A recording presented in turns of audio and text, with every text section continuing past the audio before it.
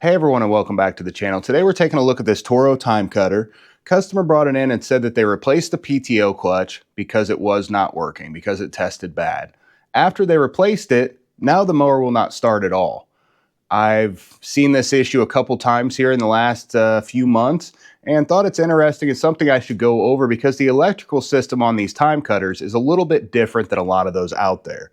Don't forget to hit that like and subscribe button as we go along if you enjoy the content.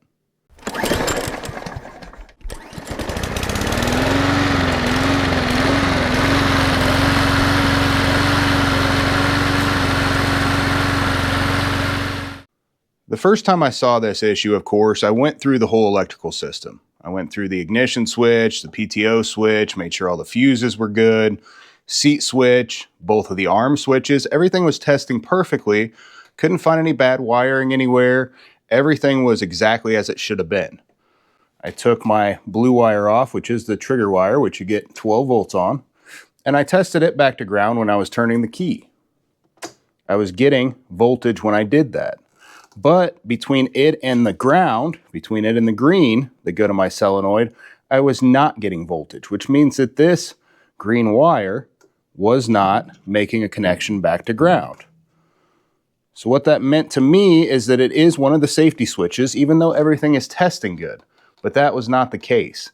Once I started, I basically tried to engage the PTO. The PTO would not work even though the ignition was on and I had the PTO engaged, which was very strange to me also. I went around messing with all the wiring while I had this all hooked up, knowing that my PTO switch was sending 12 volts through the system back down. Since I had tested all my safety switches and all of the electrical and nothing tested bad, it pointed me towards this brake box in the middle. This box, when you pull one of the arms in, the brakes go off, and when you put both of the arms out, the brakes go out. And that green wire here that we weren't getting ground on comes and connects directly to this box. So I thought, well, hey, that's got to be the issue by process of elimination. But it was not until I did a little further investigation that I realized that was not the case. So this box is working right. If I pull my arms in, the brakes go off. And if they're both out, the brakes are on. It appears to be working properly anyway. So I start messing around with the wiring. I've got the PTO clutch in the on position right now, and I'm thinking, well, why isn't my PTO clutch engaging? Well, there's a very specific reason for that. Unplug this wire here and test it, as I did before. So I just pop the wires directly off of the PTO switch, or I'm sorry, of the PTO clutch. And we're testing for volts DC here at the clutch itself. Figured, hey, if everything else is testing good, why aren't we getting any voltage there?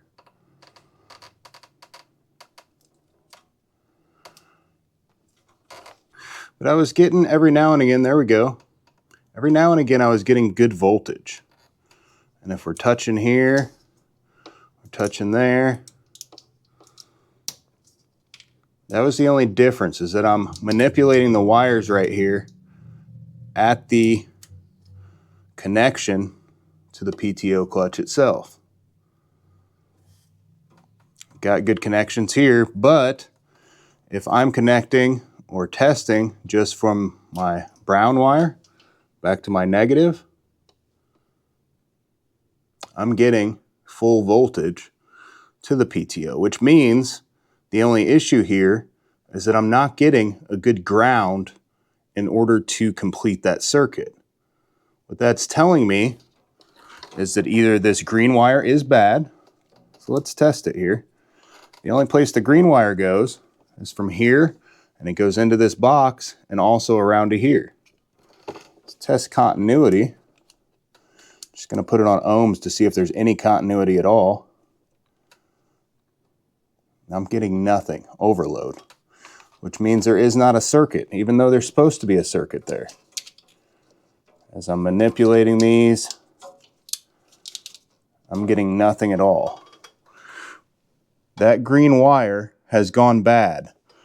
And when it goes bad, it almost always goes bad right here next to this connection, right where the clutch is. And that does happen many times when the clutch goes bad. So you'll see those together as something that happens all at the same time. You can always test your PTO clutch pretty easily if you have an extra connector laying around. Plug it in and see if that may or may not be the issue. I've got cables here, they actually connect backwards just because they're connected to one another. So I'm going to hook it up backwards here, and that means that it is correct voltage here. Positive is my red, negative is my black. You don't need a whole lot of amperage or anything in order to test it.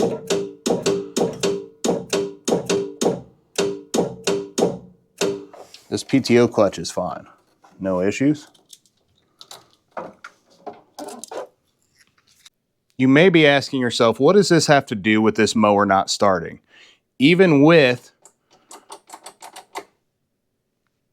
the ground hooked up to the solenoid, if it's not getting a good ground because this PTO clutch ground is not hooked up properly, because that actually gets its ground from the same wire that comes over to the PTO clutch and then goes back to the brake box. We're going to remove this wiring and we're going to put new wiring coming both to the brake box and to the solenoid. So we will take this one out. Looks like it should be just held in on this side. We pop that screwdriver in, it should pull straight out, and it does.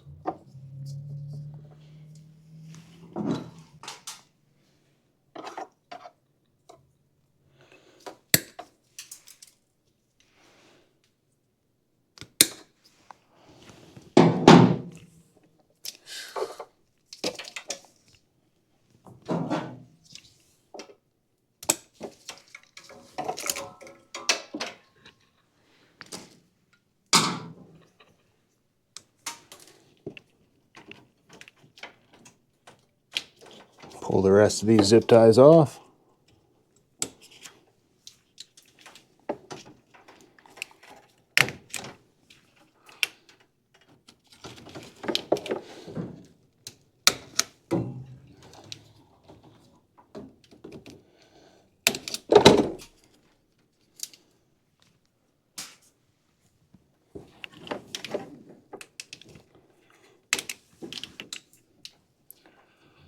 Many people may go ahead and do a complete harness at this point. That's not what we're going to do. We're going to save this customer some money.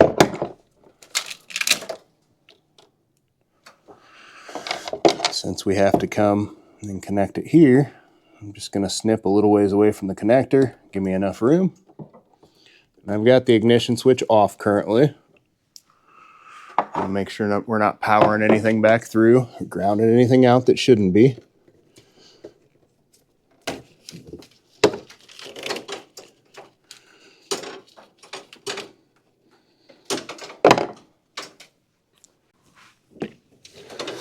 Carefully cut. You don't want to get into any of the other wire there. A lot of this stuff's taped in different spots.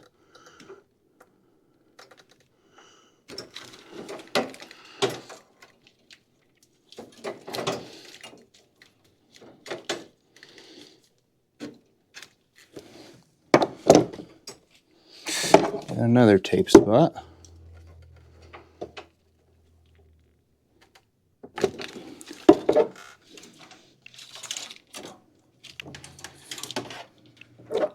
So that whole harness is out.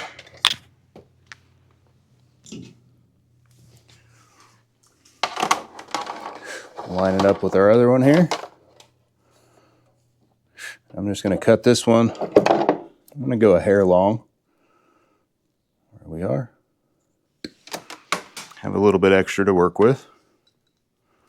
I am going to reuse this end here since I don't have another one handy.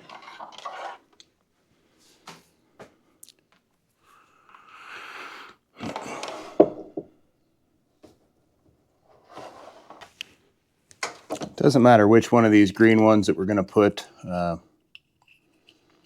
our connection to the solenoid and which one we're going to go to the box. I've got way more wire on here than I need. That's not a big deal at all. I do have a piece of shrink that I've got on both of the circuits. We're going to shrink it up real good. Cover all that up.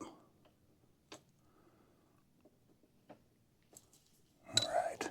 If you can pull them apart anytime you do a connection, it's not tight enough. Go to the next connection here.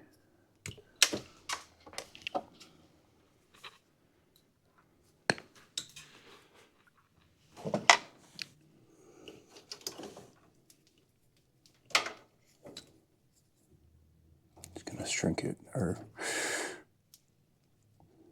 put it back just a hair. Same thing, just a connector. These are quite a bit thicker wires than those original, but as long as they're thicker instead of thinner, it's never a bad thing.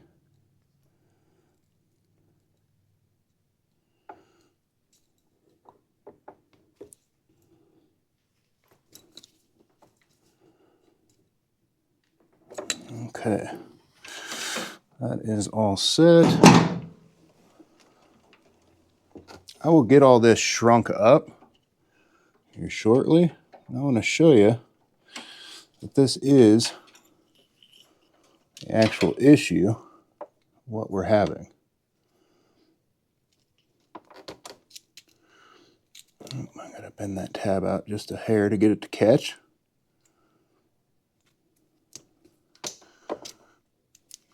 Still not quite wanting to catch on there. There we go. So we're all set. Now we're going to feed it down back where it was and plug it into the PTO clutch. Of course, I'll have to remove this other one. Now that we've got it hooked up to the PTO down below, we can hook it up to the solenoid here. Let's see what happens when we try to start it. Fires right up without issue. How about the PTO switch?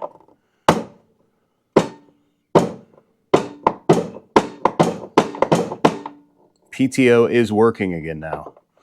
So what we had here, and again, this is the second time I've seen this recently, where the ground wire that goes both to the PTO clutch and to the solenoid is ran off the same ground. So your mower will not start if that wire is burnt out.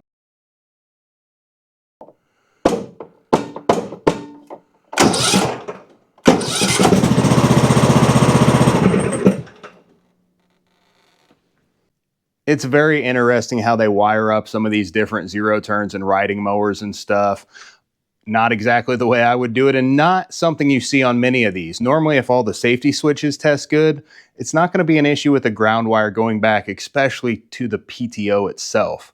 Very interesting way to wire it. No other ones that I know of anywhere like this. I've had that issue a couple times recently with this. Of course, we need to get all of the shrink done and reroute everything. Not going to show that. Just put it back in exactly as it is. Put a few zip ties on it. It'll be all good to go. Hopefully this helps somebody out if you're having the same or a similar issue on your Toro TimeCutter zero turn with the electronic brake like this one is. They should all be wired exactly the same if yours has that electrical box. Thanks for watching. Don't forget to hit that like and subscribe button if you enjoyed the content. Have a great day.